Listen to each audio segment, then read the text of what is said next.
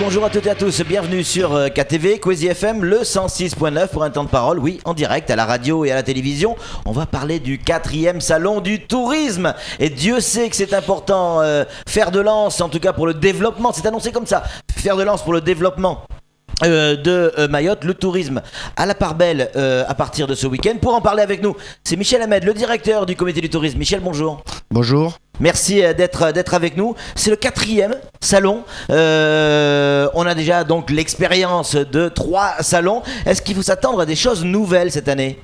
Effectivement, donc ce vendredi et samedi, nous serons dans la 4e édition du Salon du tourisme.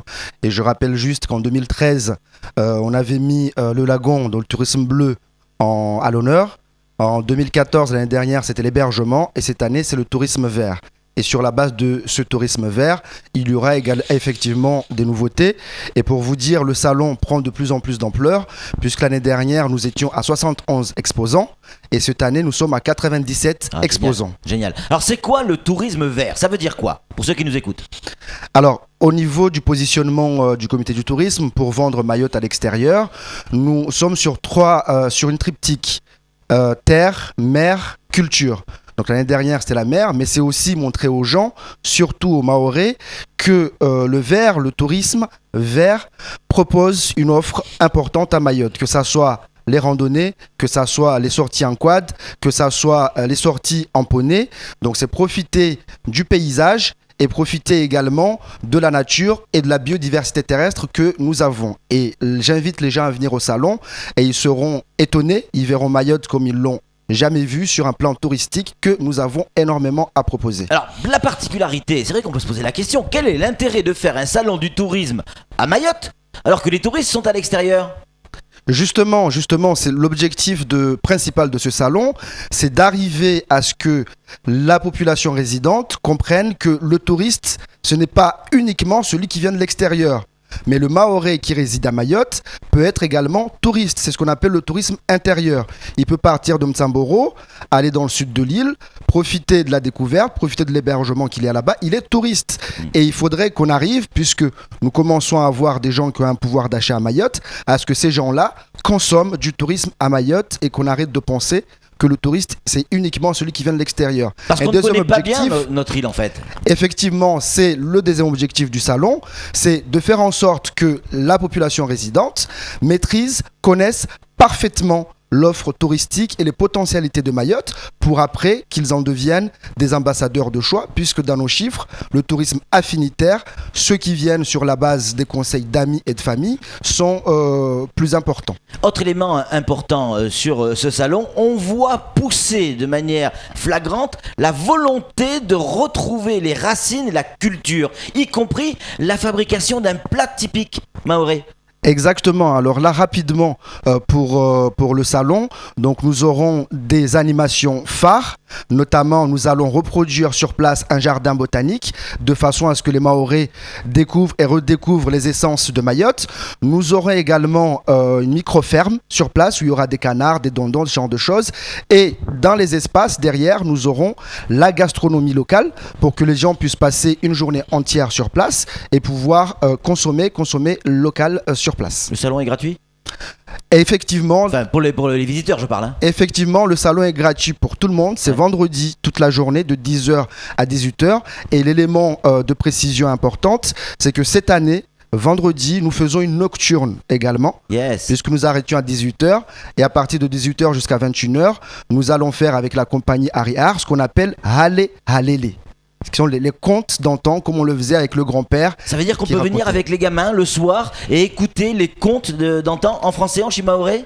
En français, en chimaoré. Donc génial. C'est proposé aux gens de faire une sortie tranquille en famille sur Mamoudzou le soir, à la Belle Étoile, en passant une bonne soirée. Samuel ? Oui, alors ça fait la 4e édition qui va être organisée cette année. Est-ce que vous avez vu depuis la première édition une évolution, des résidents à Mayotte en direction des prestataires touristiques ? Y a-t-il plus de monde à s'intéresser à Mayotte et aux prestataires ? Au niveau des résidents, effectivement, nous constatons que notamment les prestataires nautiques, mais même les hôteliers commencent à avoir de plus en plus de Mahorais qui s'y rendent. Nous avons fait au niveau du comité de tourisme une enquête de conjoncture sur le premier trimestre et nous constatons effectivement que la population locale commence à consommer du tourisme sur Mayotte. Et ce qui est important, c'est profiter de la rentrée des collègues métropolitains qui viennent d'arriver pour éviter qu'ils aillent un peu partout chercher les informations. Sur 2 jours, nous leur proposons de leur donner toute l'information touristique sur Mayotte. Alors, à quoi va ressembler ce salon? Parce que 97, quasiment 100 exposants. Vous auriez pu faire un effort. 3 exposants de plus, on arrivait à 100. Ce sera pour l'année prochaine. À quoi va ressembler ce salon? Ça va être plein de petits stands et on va pouvoir ou déguster, ou découvrir, visionner, discuter avec les professionnels? Effectivement, avec l'expérience, donc l'organisation s'améliore. Nous aurons des espaces dédiés pour le grand tourisme, tout ce qui est hôtel, hébergement, loueur de voitures.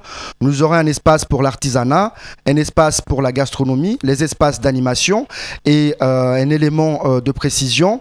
Nous avons également les collègues de Madagascar, de Majinga, qui tiendront un stand. Ouais. Et surtout pour l'inauguration, et à ce niveau-là je tiens à remercier le conseil départemental qui nous suit, qui est notre principal partenaire sur cet événement, et grâce à eux, grâce à notre présidente Madame Fatima Terazafina Toandro, nous avons réussi à avoir pour la première fois, ils arrivent aujourd'hui, une délégation officielle des îles Vanille qui viennent participer au salon. Donc ce qui veut dire que le salon, au-delà de l'envergure locale, commence à prendre une envergure au niveau régional, voire international, puisqu'actuellement nous avons 2 journalistes allemands qui sont à Mayotte pour la semaine et qui vont venir couvrir ce salon. Voilà, pour un magazine spécialisé qui doit toucher, si mes informations sont justes, plus de 8000 agences de voyage. Exactement, Touristique Actuel, qui est le numéro 2 en magazine B2B, professionnel tourisme, au niveau de l'Allemagne. Là encore, donc, on montre au niveau du comité du tourisme la mission globale, qui est au niveau local de sensibiliser, de structurer l'offre, mais aussi ne pas oublier la promotion de l'offre à l'extérieur. Flo. Ben justement, ma question rejoint ça, monsieur le directeur. Ce salon, est-ce que ça vous permet de tirer l'essence même de ce que vous vendez par la suite dans les salons à l'étranger ? Effectivement, parce que nous devons structurer notre offre touristique à Mayotte, nous devons préparer notre offre touristique à Mayotte, et en mobilisant les professionnels, ça veut dire que nous allons avoir de la matière sûre et de qualité pour aller la vendre à l'extérieur. Un salon réussi, c'est combien de visites? Combien de personnes? L'année dernière, on était sur environ 10 000 visiteurs. Pas mal, hein. Et cette année, nous espérons, avec la nocturne, avec les animations, puisque nous avons été un peu plus loin dans les animations, pouvoir doubler ce chiffre. 20 000. 20 000.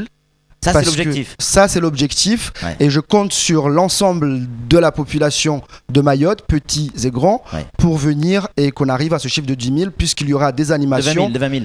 De 20 000, Ouais. puisqu'il y aura des animations et de la découverte pour tout le monde. Et on rappelle, hein, l'entrée est gratuite, on peut venir visiter, découvrir les stands et puis passer un moment sympa, un moment agréable au milieu de la culture mahoraise, de la beauté mahoraise. Ça fait du bien, Sam, hein.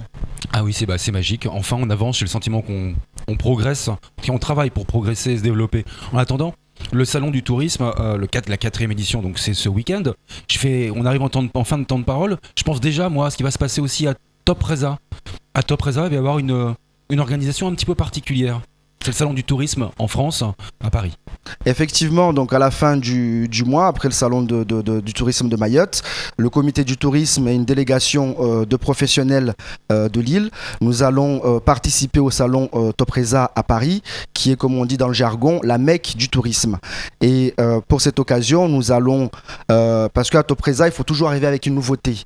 Et donc nous, notre nouveauté, la destination Mayotte qu'on va apporter, ça sera une animation commune avec la compagnie Air Austral dans le cadre du lancement de la ligne directe l'année prochaine, Paris-Mayotte. Donc ce sera un stand en commun avec Air Austral. Ça sera un stand en commun avec Aerostral, exactement. Ça, c'est Et extraordinaire. des animations communes avec Aerostral, ce qui va permettre donc de donner un coup de pouce très appréciable pour la destination Mayotte. Coésie comme Mayotte Première, un partenaire, les deux médias principaux partenaires effectivement de cet événement. On aura, nous, Romain, en direct vendredi, pas très tôt, mais dans l'émission de Dominique, en direct du salon pour déjà l'ouverture officielle du salon. Ça sera à partir de 8h30 sur les ondes, notamment sur Coésie FM, le 106.9. Ça s'annonce comme une belle fête, hein. Pas trop le trac. Non, parce que Confiant. Confiant, effectivement confiant, parce que je sais que les partenaires, comme vous l'avez dit, Mayotte Première, Coésie, le conseil départemental, les professionnels se mobilisent autour du comité du tourisme pour faire de cet événement une belle fête pour les Mahorais. Et donc je ne peux qu'appeler toute la population à venir participer à cette fête qui est préparée à leur destination. On sera là, c'est promis, on sera tous là à partir de vendredi et samedi, notamment pour cette nocturne. Moi je tripe grave sur cette histoire de Concert de Madonna. Non, mais ce que je tripe grave sur cette histoire de contes pour les enfants. Ah oui, amener oui. les gamins et raconter des histoires comme ça se faisait dans le temps, tout simplement magique. Et c'est gratuit. Merci beaucoup Michel Ahmed. Merci On à en vous. reparlera sur les ondes de Coésie FM, de KTV, de France Mayotte et sur l'info Coésie. Allez, c'est tout pour ce temps de parole. Tout de suite, la suite de nos programmes.